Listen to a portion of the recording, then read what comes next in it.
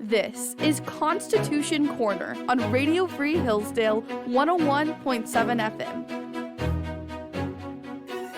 Now let's go make one of our most impactful documents fun to learn and easy to understand, with some crazy stories and some interesting pop culture references. I am your host, Mattingly Watson, and today we will be discussing Article 1 in the United States Constitution. Now, I think the only proper way to start a series on the Constitution is to listen to some good old Schoolhouse Rock. Hey, do you know about the USA? Do you know about the government? Can you tell me about the Constitution? Hey, learn about the USA. All right, we won't listen to the rest of the song, but be rest assured, that is not the last we will be hearing of Schoolhouse Rock, because how could you just not? All right, now let's get into Article 1. Article 1 jumpstarts our Constitution with a detailed structuring of the legislative branch. Now, the legislative branch is what you might have heard referred to as Congress, at least that's the main part. And Congress in America is divided up into two separate entities. We have the House of Representatives and the Senate. Now, I'm not going to bore you by going into all of the detailed inner workings of Article 1 and reading it to you word for word, because I think we might all fall asleep if I did that. But today we are going to be diving into how the founders came up with this idea, some funny pop culture references, and to bring us to a close, a fun little pop quiz. Now, Article 1 is mainly known for giving Congress the power to pass bills or laws and giving them limits to their power so they don't do anything too crazy. I'm not sure I'd want to see what happened if they had, just unlimited power. But what it does not elaborate on in great detail is how the founders came up with this niche structure of Congress. So let's take a step back to the summer of 1787. The young United States was operating under a faulty constitution that was fragmenting the country. No, I'm not talking about the Constitution we know and love in modern times. That Constitution was actually our second. The first, and the one the Americans of early 1787 found themselves living under, was the Articles of Confederation. Now, the Articles of Confederation were pretty different than what we see America as today. They only had a shadow of a federal government, and it was tearing apart the country.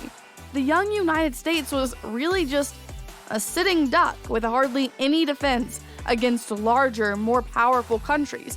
There was nothing to unify all of the states together.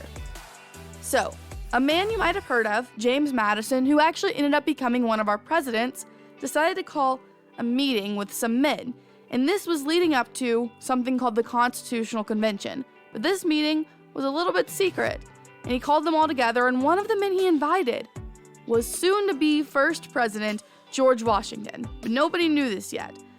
Now, at this meeting, James Madison proposed a plan, and the other men helped him craft it, and it became known as the Virginia Plan.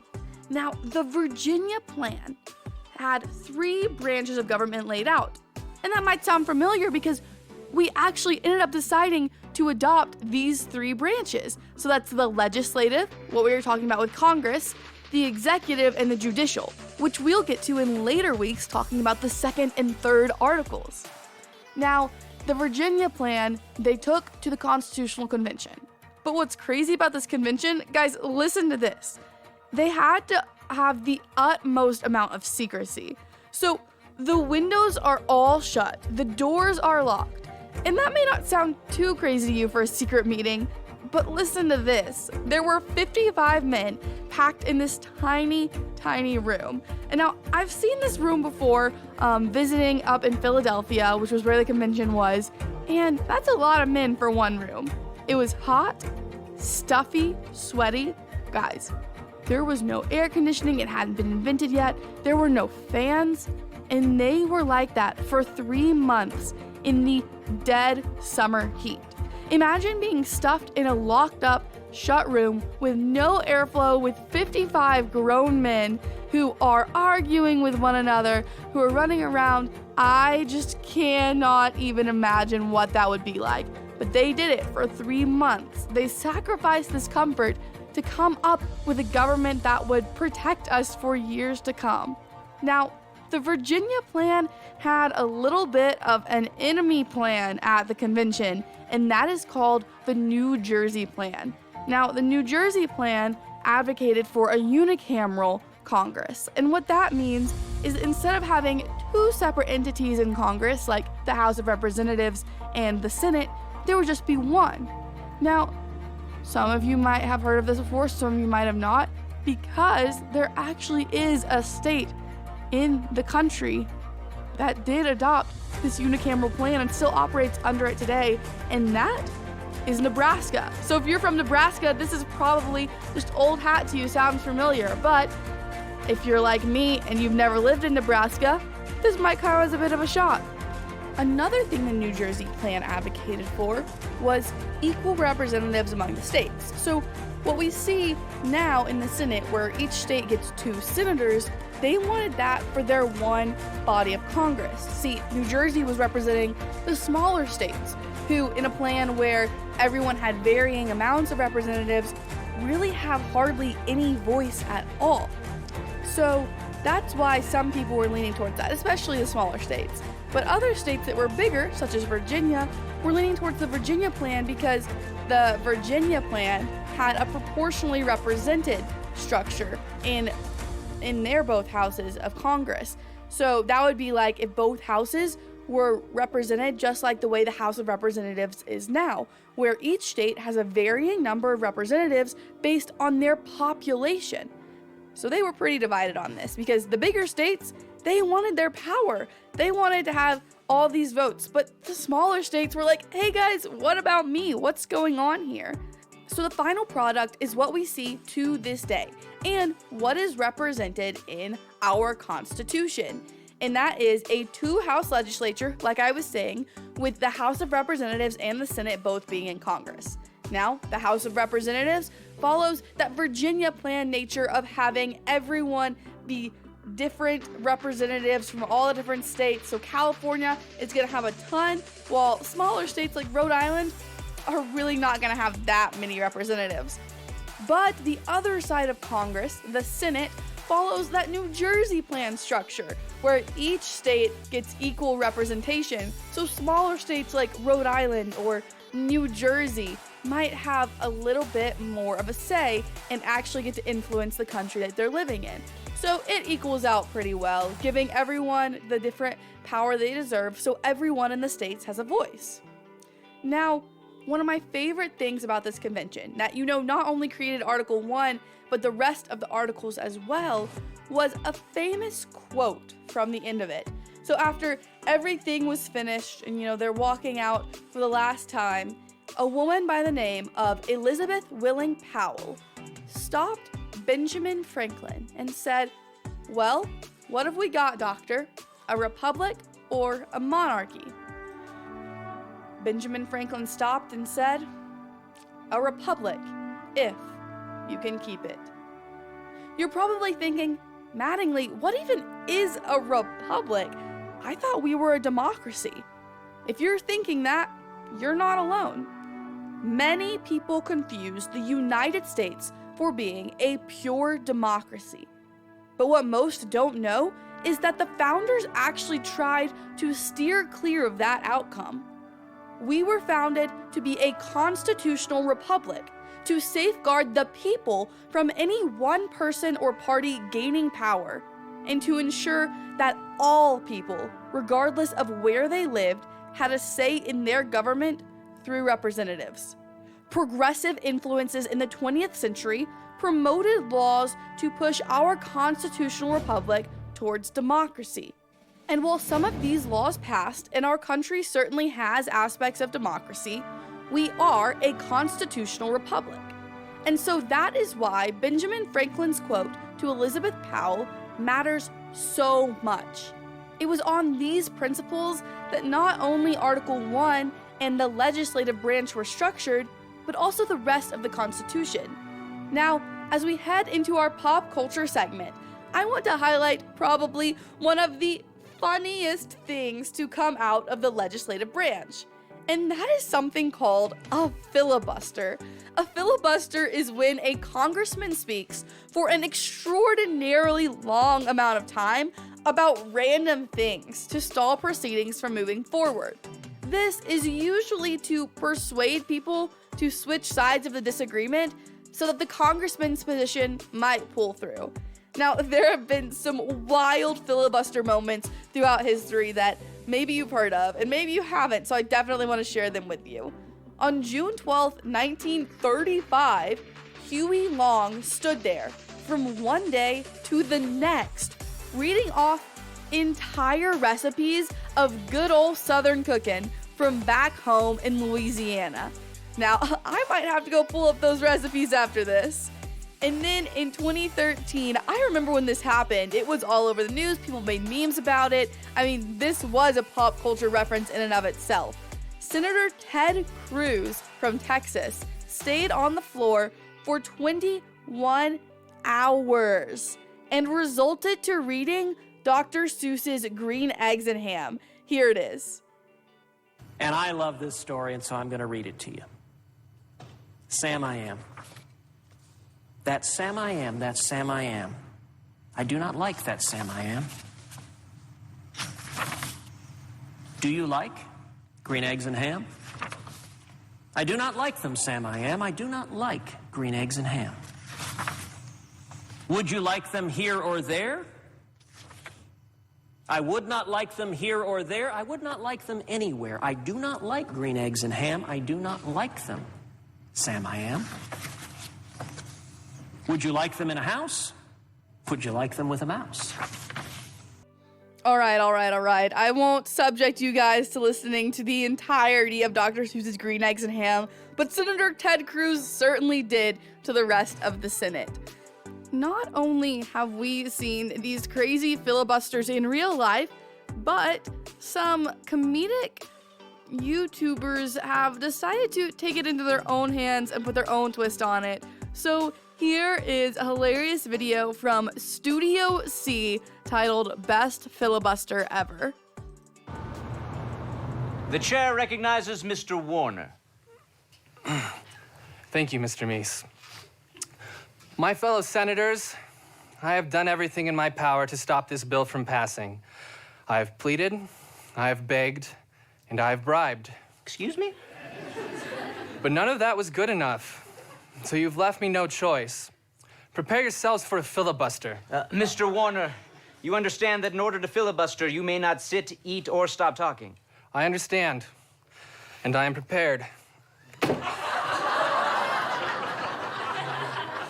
It's Twilight. My head was spinning, trying to analyze every word Edward had spoken today. What did he mean it was better if we weren't friends? My stomach twisted as I realized that what he must have meant. He must see how absorbed I was by him. He must not want to lead me on. So we couldn't even be friends, because he wasn't interested in me at all. Of course he wasn't interested in me, I thought, angrily. My eyes stinging, a delayed reaction to the onions. I wasn't interesting, and he was. All right, if you want to hear the rest of that skit by Studio C, which you're about a third of the way through, then you can go check it out on their YouTube. Like I said, it's called Best Filibuster Ever by Studio C. That's their channel name. They make lots of different funny videos, but I just thought it was kind of funny. You know, we see not only the actual literal filibusters, which are funny in and of themselves in Congress, but our pop culture has taken to putting their own twist on something you never would have thought of, Article 1. Now, some different movies in pop culture, kind of segueing out of what happens on the floor, but these movies have highlighted our beloved National Congress. And one of them is a classic Mr. Smith Goes to Washington. Now, this is a 1939 classic in which a naive youth leader is appointed to fill a vacancy in the U.S. Senate. His idealistic plans promptly collide with corruption at home and subterfuge from his hero in Washington. But he tries to forge ahead despite attacks on his character. And now, if you're looking for something a bit more modern to become more familiar with Article 1, here is The Campaign, a 2012 comedy movie starring Will Ferrell. An incumbent representative embroiled in personal scandal faces a no-holds-barred challenge from a naive newcomer funded by two unscrupulous billionaire lobbyist brothers. Alrighty, I have one more pop culture reference for you guys. And this isn't a movie to go see, but actually, this one doesn't directly involve the legislative branch. In fact, it actually is about the preamble, which comes right before the legislative branch, which is a really cool thing to read that kind of sets the context for everything. So if you want more context on like the rest of the Constitution, definitely read the preamble. You can see maybe where some of the founders are coming from.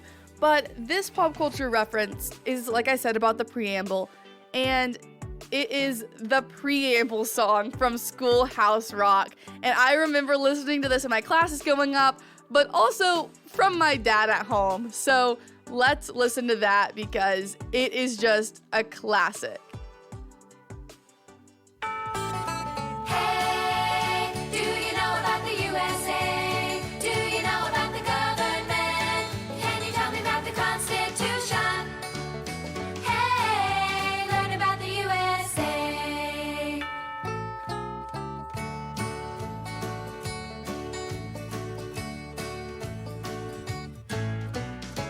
In 1787, I'm told our founding fathers did agree to write a list of principles for keeping people free. The USA was just starting out a whole brand new country, and so our people spelled it out, the things that we should be. And they put those principles down on paper and called it the Constitution. And it's been helping us run our country ever since then. The first part of the Constitution is called the Preamble and tells what those founding fathers set out to do. We the people, in order to form a more perfect union, establish justice, ensure domestic tranquility, provide for the common defense, promote the general welfare, and secure the blessings of liberty to ourselves and our posterity, to ordain and establish this Constitution for the United States of America. All right, you're welcome for making that song stuck in your head for the rest of the day because it will certainly be stuck in mine. All right, and now the moment we have all been waiting for. Drumroll, please. Our pop quiz. Now, this one's gonna be fun. I promise it's not like those science and math pop quizzes you remember from high school. Alrighty, question number 1. Which senator famously read Dr. Seuss's Green Eggs and Ham while filibustering for 21 hours? If you guessed Ted Cruz, a senator from Texas, then you would be correct. Give yourself a pat on the back. Alrighty, now how many senators does each state have serving in the United States Senate?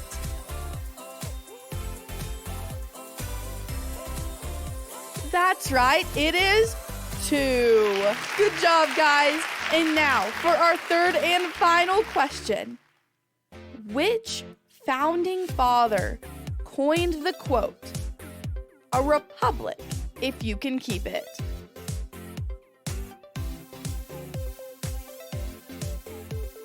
Correct. It is Benjamin Franklin. Good job, guys.